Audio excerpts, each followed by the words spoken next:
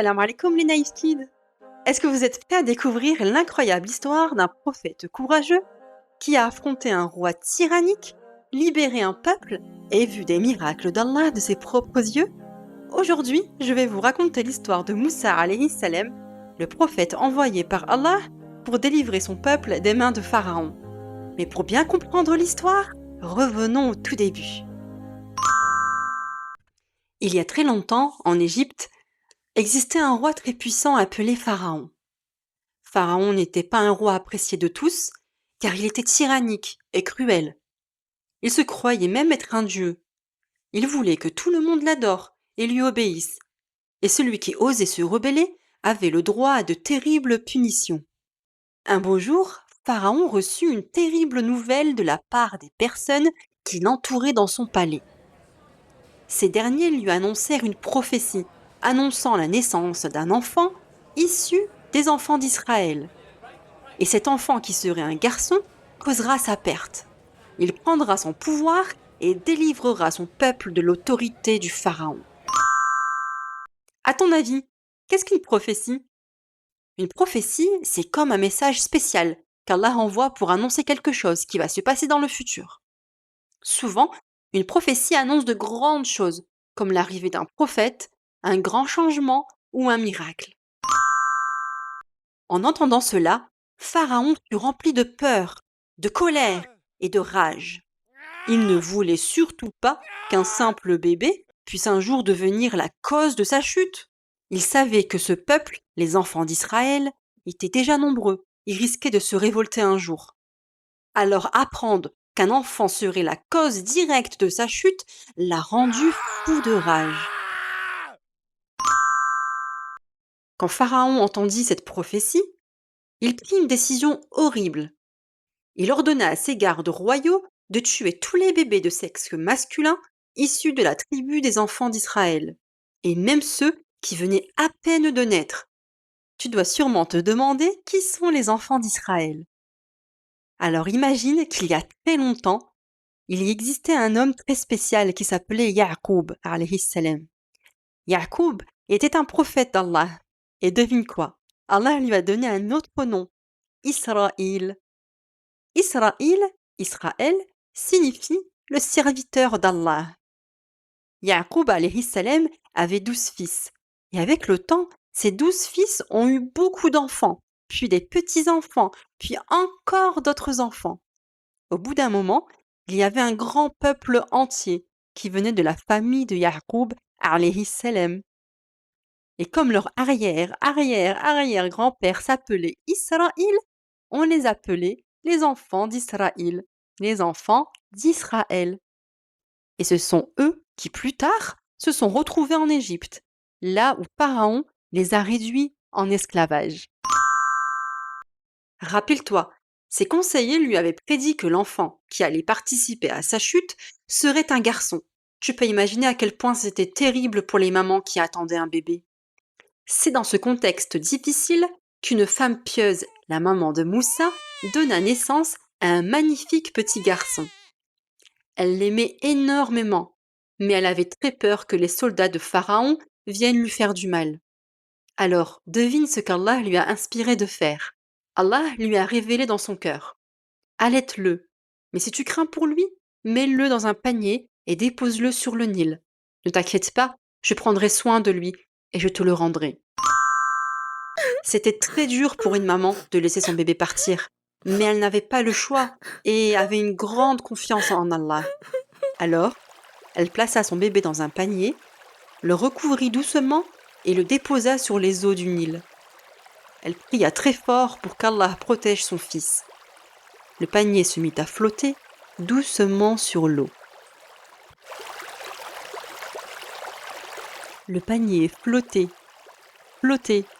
jusqu'à ce qu'il arrive près du palais de Pharaon. Et devine qui l'a trouvé. Assia, la femme de Pharaon. Contrairement à son mari, Assia était une femme douce, gentille et croyante. Lorsqu'elle a vu le bébé, son cœur s'est rempli d'amour. Elle a tout de suite voulu le garder. Elle a même supplié Pharaon de ne pas le tuer. Étonnamment, Pharaon accepta. Ils décidèrent d'adopter le bébé, sans savoir que cet enfant était celui qu'Allah avait choisi pour délivrer son peuple. Mais il y avait un problème. Le bébé pleurait énormément parce qu'il avait faim. On fit venir plusieurs nourrices, mais il refusa de boire le lait de toutes ces femmes. C'est alors que la grande sœur de Moussa, qui suivait le panier en secret, s'est approchée et a dit: Je connais une femme qui pourrait allaiter ce bébé. Tu as deviné qui était cette femme? C'était sa propre maman. Allah avait déjà prévu que Moussa alayhi salam retourne auprès de sa mère. Quelle merveille d'Allah! Moussa alayhi salam grandit donc dans le palais de Pharaon. Il avait tout ce qu'il voulait, mais son cœur ne ressemblait pas à celui de Pharaon. Moussa alayhi salam était doux, gentil, humble. Un jour, alors qu'il était devenu un jeune homme fort, il vit un Égyptien frapper un Israélite. Moussa s'est interposé et dans un mouvement de colère, il frappa l'Égyptien. Malheureusement, l'homme est mort. Moussa alayhi salam s'est tout de suite senti mal. Il n'avait pas voulu faire ça. Alors, il a demandé pardon à Allah. Et bien sûr, Allah l'a pardonné. Mais Pharaon a décidé de le faire tuer, car il avait mis fin à la vie d'un Égyptien. Il ordonna donc à ses gardes de le capturer et de le tuer. Sa garde royale se mit donc à sa recherche, et c'est ainsi que par peur pour sa vie, Moussa décida donc de fuir l'Égypte. Après avoir marché très longtemps dans le désert, Moussa arriva dans une ville appelée Madian. Après une longue traversée pénible, il voulut se rafraîchir, et c'est là qu'il arriva à une source d'eau. Non loin de lui se trouvaient des bergers qui donnaient à boire à leurs troupeaux. Il remarqua également que deux femmes se tenaient à l'écart avec leurs bêtes. Moussa alayhi salam alla à leur rencontre et leur demanda pourquoi elles ne s'approchaient pas pour abreuver leurs troupeaux. Elles dirent que leur père se faisait vieux et qu'elles n'avaient pas le choix que d'emmener elles-mêmes leurs animaux au pâturage, et qu'elles ne voulaient pas s'approcher de la source car elles préfèrent attendre que les hommes finissent d'abord. Moussa alayhi salam leur proposa donc de faire abreuver leurs troupeaux à leur place. Elles acceptèrent. Les deux femmes repartirent ensuite et en parla à leur père. Ce dernier voulut rencontrer l'homme qui avait aidé ses filles et le remercier de ce beau geste. Le vieil homme rencontra alors Moussa alayhi salam et sut directement qu'il était une bonne personne. Il lui proposa alors d'épouser l'une de ses filles et de vivre avec eux. Moussa alayhi salam accepta et resta plusieurs années dans la ville de Madian. Après de longues années loin de sa famille, Moussa alayhi salam voulut repartir en Égypte. C'est donc ce qu'il fit. Il emmena avec lui son épouse et ses biens. Toutefois, sur le chemin du retour vers l'Égypte, quelque chose d'incroyable s'est produit. Alors qu'il marchait dans le désert en pleine nuit obscure, il vit un buisson en feu. Mais, étonnamment, le buisson ne se consumait pas. Il alla voir de plus près. Et là, une voix puissante s'est fait entendre. C'était la voix d'Allah qui lui disait: Ô Moussa, je suis ton Seigneur. Retire tes sandales, car tu es dans une vallée sacrée. Allah lui donna une mission très spéciale. Retourner en Égypte pour libérer son peuple de l'oppression de ce tyran de Pharaon. C'est ainsi que Moussa alayhi salam sut qu'il était devenu un prophète et qu'il devait remplir la tâche que Dieu lui avait donnée. Toutefois, il avait peur de Pharaon et de sa tyrannie et demanda à Allah d'être accompagné par son frère Haroun lorsqu'il devra se rebeller contre Pharaon. Allah le rassura et lui accorda sa demande. Mais pour le rassurer encore plus, il lui prouva sa puissance par deux miracles. Allah lui ordonna de jeter son bâton qu'il tenait à la main, et celui-ci se transforma en un grand serpent, puis redevint un bâton. Allah lui accorda aussi un second miracle. Il lui demanda de mettre la main dans sa poche et de la ressortir.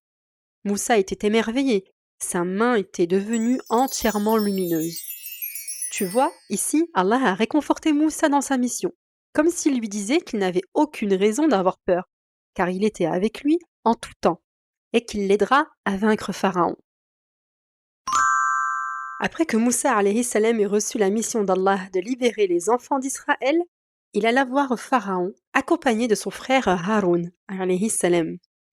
Ils se sont présentés devant lui dans son grand palais rempli d'or et de richesses.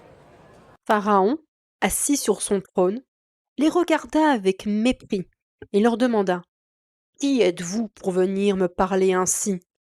Moussa alayhi salam répondit avec assurance. Nous sommes des messagers envoyés par Allah, le Créateur de tout ce qui existe. Laisse les enfants d'Israël partir avec nous et arrête de leur faire du mal. Pharaon éclata de rire et dit Tu veux que je croie en ton Dieu alors que c'est moi qui suis le plus puissant ici? Moussa alayhi salam savait que Pharaon était arrogant et orgueilleux.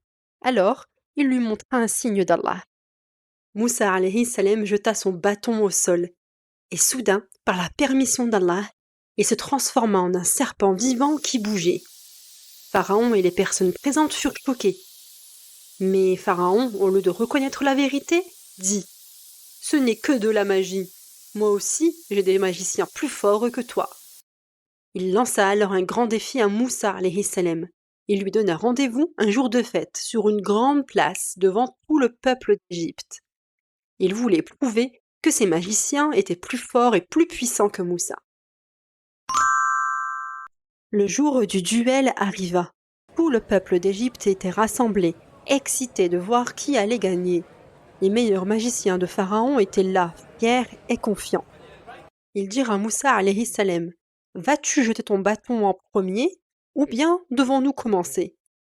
Moussa alayhi salam leur dit, « Commencez. » Les magiciens jetèrent leurs cordes et leurs bâtons, et par leur magie, ils donnèrent l'illusion qu'ils s'étaient transformés en serpents qui rampaient sur le sol. Les gens furent impressionnés, et Pharaon était fier de ses magiciens.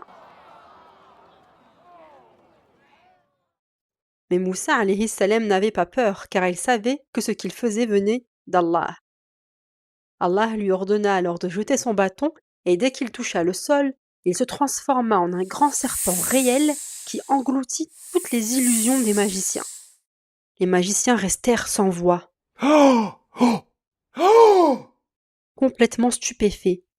Ils comprirent immédiatement que ce que Moussa alayhi salam avait montré n'était pas de la magie, mais un véritable miracle d'Allah. Ils tombèrent alors à genoux et dirent « Nous croyons en Allah, le Seigneur de Moussa et de Haroun. » Pharaon furieux cria « Comment osez-vous croire en lui avant que je ne vous en donne la permission? Je vais vous punir sévèrement. » Mais les magiciens étaient prêts à tout pour suivre la vérité. Ils répondirent « Fais ce que tu veux, nous avons vu la vérité et nous croyons en Allah. » C'était une énorme humiliation pour Pharaon. Devant tout le peuple, ses propres magiciens avaient reconnu la vérité et s'étaient soumis à Allah.